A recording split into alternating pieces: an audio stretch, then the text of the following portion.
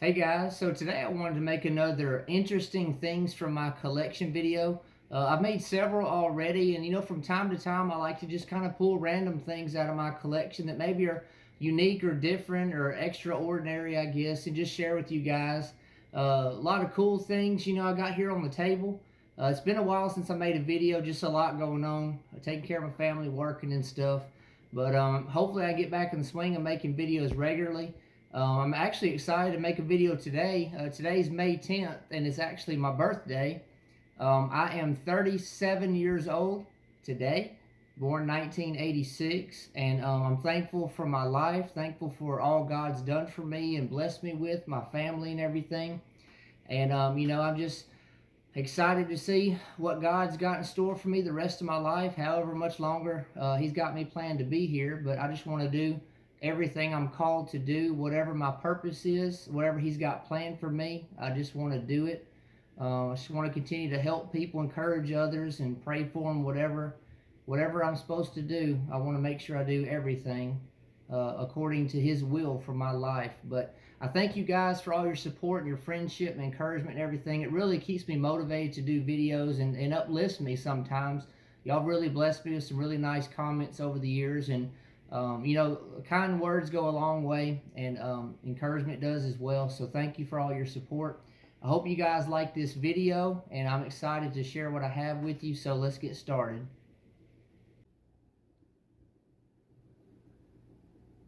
All right, so here are the items I have to share with you guys today. Kind of a variety of things. I like making videos where I have more of a variety instead of just a table full of the same things sometimes. So it's always cool to kind of change it up. But I'll go ahead and get started here. So you guys know, they've been following me, know I love the show of shows. It's every year in February, Louisville, Kentucky. And if you're a member, you can get one of these books for free. If not, then it's I believe it's like $6 if you had to buy one. There you go, right there, $6. So this is actually the book from 2022. But something interesting here on page 26, I was kind of looking through the pictures and stuff, and look who it is. Me. So I actually made the book. This picture was taken in 2021, and it was put in the book for last year, 2022. But that was me. I remember when the picture was taken, I was walking out. I'm very pale, very white. I don't know if they had the flash on or what, but pretty pasty in this picture, but still sexy and good looking. Nice smile, and my eyes are really on point, but I'm being funny. But that's pretty cool to make that book, Right here, I've got another interesting book, and it's the films of World War II, which is pretty cool. And basically, this book came out in I think it was 1973. It was 1973. And basically, what this is a lot of the older war movies that were made, in the 30s, 40s, 50s, 60s, and stuff.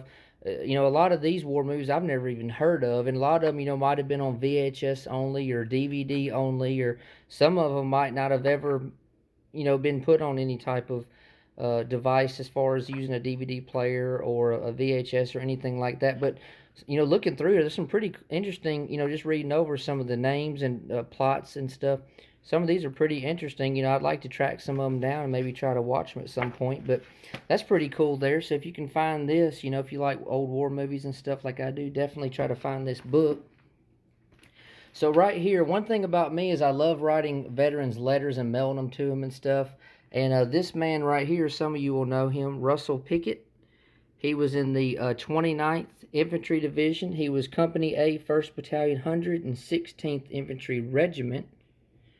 This man here was there on D-Day. Sadly, he passed away, I think maybe a couple years or so ago. But I wrote him a letter. He lived about maybe 2.5 hours from me. I found his address, and I sent him a letter, and I actually got a response. Now, most of the time, I'm sure these guys get hundreds or maybe even thousands of letters and cards, so they can't respond to everybody. I'm sure some of them try to do their best. But this man actually typed up a letter to me, and I was going to show you what it says. It says, Dear Jonathan, thank you for the letter. I'm sure any World War II veteran who would receive a letter like this would feel as I do. I'm very grateful to get it. To me, it is uplifting. Thanks again. I do not have any paraphernalia from World War II. I came out on a stretcher and woke up in England. My pants' empty pockets was supposed to have two spread eagles patches I had taken from a German officer's uniform, but they were missing too. I sent this picture that has information on the back that might interest you. Thank you also for the blessing. I am a Christian. May God bless you too. Yours, Russell Pickett. So that was really cool to get that. I've got it framed and everything. I need to straighten up the paper, but that was really cool to actually hear back from the man. God rest his soul and everything. Moving on here, I've got this book, The Story of the U.S. Marines. I got this in a thrift store, kind of in the back corner of the room in just a random bookshelf. And what's interesting about it, it is an older book, but what's interesting about it, let me see when this thing was dated. I like to tell y'all dates and different things on here. This one's actually 1951, and I got this for $2. What's cool about it is this came with it right here. And the author, George Hunt, turned out he was a Marine, joined in 1941. And so he was in the 1st Marine Division during Guadalcanal, Cape Gloucester, I can't pronounce it. Get my tongue tangled sometimes. Paley campaigns, place I will never forget for the fighting was bitter. They're a place all Americans will remember because there's so many men gave their lives to defend their country and strengthen democracy throughout the world. And anyways, it's just really cool that this man actually typed up, this right here. And it turned out he was a World War II veteran. So that was really awesome to find that in just the opening of the book right here. So pretty cool, $2 right there. Right here, I got this at a yard sale. This is a really cool leather photo album. See, it's got dragons and stuff on there. And it actually's got the Tsingtao Pier. I believe it's somewhere in China, if I'm not mistaken. But it was, pretty interesting. It does have some random photos and stuff in here that were kind of, honestly, they were falling out. And some of them, they had been glued into this album, but they were just falling all over the place. Some of them are missing and stuff, but just some interesting little old photos and stuff. Pretty cool. And it's see, there's a few photos kind of stuck in the pages. I still need to go through them, but just kind of basic on the inside. But the leather, cover a photo album is just pretty cool as far as the design and everything on the front. So I need to properly get these pictures attached in here, and I need to do that very soon. But I got this. I believe it was either $1 or $2 at a yard sale. I'm gonna say it was $2. That's what I'm thinking. Right here, I've got a World War II 1st Armored Division patch. This one is actually known as a woolly. It's basically not your regular material. It's made of, actual wool and everything. It's a little bit different design and texture and everything as far as the way it was made. So that's really cool to have that. I got that, I think, again, for a little of nothing. I want to say I got it for $1 or less, if I'm not mistaken, but that's pretty cool. Right here, I got these World War II bombardier wings, and you see they're actually marked sterling. And I got these for $40 from another collector who actually got me, in so to speak, in contact with somebody doing, going through a collection and doing some selling and everything. So I was pretty thankful to pick these up. They're in great condition. Like I said, World War II, very nice. Sterling's always a good thing. That's a plus, so cool to have those. Right here, I've got a 1800s French chassis pod. I guess that's how you pronounce it. Again, some of these words and stuff I'm not the best at, but chassis pod, if I'm not mistaken. But it's really cool here. What's interesting about it is I was looking one day with a flashlight, and I don't know if I can show you guys. I'm going to try, but on the edge here, or the spine, I guess, of the blade, it's dated 1872. And it's got some writing on that, but I just can't make it out. Something looks like something Juliet. I might be wrong, but that's pretty cool there to have some information. So again, this bayonet was made evidently in 1872. I know they made them for what was it? Let me write my notes. It's a model 1866. They made them from 1866 to 1875 from what I've got on my tag. So pretty cool there to actually have a date on it that's kind of hidden because it's not right here where you would normally think. You know what I mean? It's kind of almost hidden where most people wouldn't think to look or know, but that's pretty cool. Got this at a yard sale with the World War II grouping for basically, it was included in a group of stuff I got for 200 bucks. If you guys haven't watched that video I've got of my Flying Tigers or 14th Air Force grouping got a yard sale, I made 2 separate videos, and I'll put them at the end of this video, so definitely check that out. You'll be surprised at what all I got, but again, this bayonet came with it. Moving on here, I got a couple jackets. This one right here is really nice. It's 14th Air Force and CBI. And what's interesting about this one is the pants. I thought was pretty cool. The pants that came with this jacket says they're made in Australia and they're dated 1942. So evidently, you know, the airman was overseas more than likely at some point in Australia and had these pants tailor-made, which is very cool. The jacket's still your, I guess, common jacket. It's not a tailor-made one, but still the pants are pretty cool, made in Australia. So that's always cool to kind of find something kind of different, I guess. Now this right here is pretty interesting as well. This is another CBI guy, China, Burma, India. Overall, it's got a lot of stuff going for it, just like this one did. And what's interesting about this one is what was in the pocket. And I shared this jacket a while back when I first got it. And check this out. This one came with a single stocking. It's not pantyhose, it's just a stocking. And it's purple. And what's interesting is that it has some pink lipstick on there. And so, you know, you can only imagine who gave this to the airman.